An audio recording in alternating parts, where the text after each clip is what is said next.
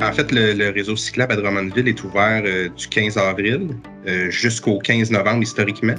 Et puis, nouvellement, cette année, on va l'ouvrir jusqu'au 15 décembre. Donc, on ajoute un mois supplémentaire à la période d'ouverture des pistes cyclables.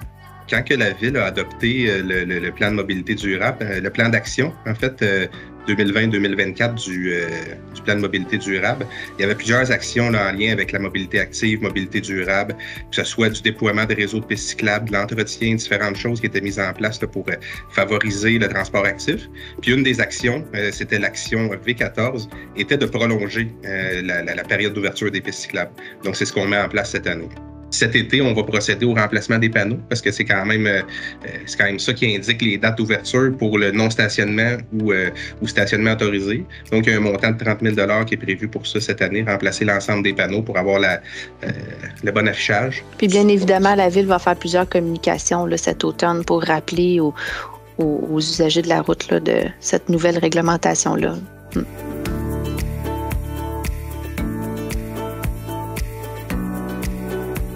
Oui, il va y avoir des nouveautés, Steve, cette année sur le réseau cyclable. Toutefois, on annonce ça mercredi.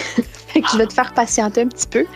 Mais oui, il y a plusieurs kilomètres qui vont s'ajouter, de même que des trottoirs. Et il y a plusieurs mesures, en fait, là, du plan de mobilité durable qui vont être mises en œuvre. Mais comme je te dis, on va te revenir là-dessus plutôt mercredi. L'an passé, on a réalisé la phase dans le parc des Voltigeurs. Là, donc, on a rajouté plusieurs centaines de mètres de promenade Rivière à cet endroit-là. Pour le moment, c'est complété là, pour ce qui est de la promenade Rivière. Il y a une déviation de la piste cyclable en raison des travaux qui ont lieu à l'usine de traitement des eaux. Donc, la piste cyclable passait là, dans le parc, en fait, là, Sainte-Thérèse, et puis là, elle est déviée là, simplement pour éviter la construction.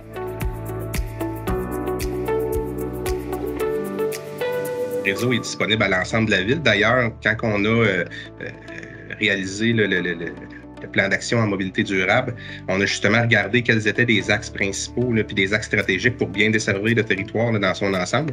Puis c'est là-dessus qu'on se base aussi pour le déploiement puis l'entretien des infrastructures. Fait que oui, le réseau est déployé à l'ensemble du territoire.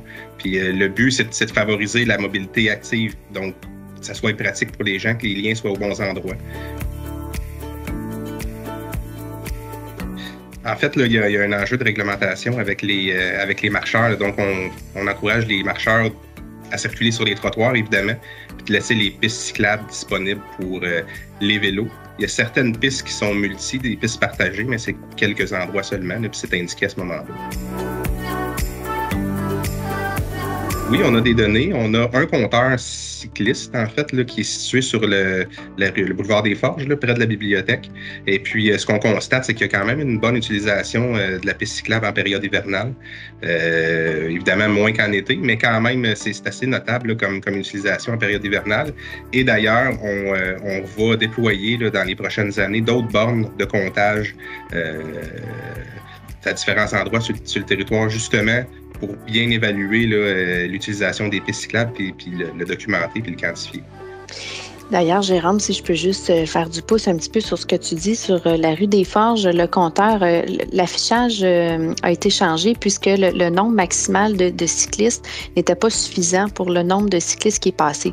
Donc, corrige-moi si je me trompe, Jérôme, mais on est passé de 50 000 à 75 000 maximum sur le thermomètre. Parce que le 50 000 l'année passée a été vraiment dépassé. Fait qu'on a augmenté là, jusqu'à 75 000 pour s'assurer de vraiment comptabiliser l'ensemble des cyclistes qui passent. Dans nos opérations de nettoyage du printemps, on met évidemment l'effort, la priorité sur les pistes cyclables. Nos équipes, ça fait déjà 3 semaines qu'ils travaillent au nettoyage printanier là, avec camions arrosoirs et puis balais mécaniques. Là. Donc, on vient tout juste de terminer l'ensemble de nos pistes cyclables. Fait qu'il y a une priorité qui est mise là-dessus.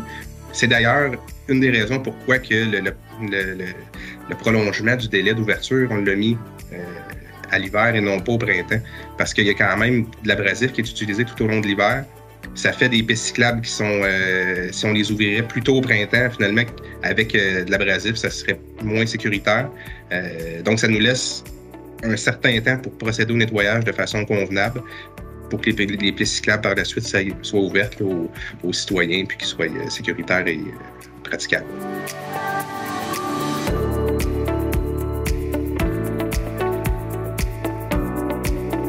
En fait, on invite tous les usagers à profiter du réseau cyclable et du réseau piétonnier aussi, là, tant qu'à en parler, de mobilité active. Et puis, on invite tous les usagers de la route à faire preuve de prudence là, pour la sécurité des cyclistes, des piétons, mais aussi des automobilistes.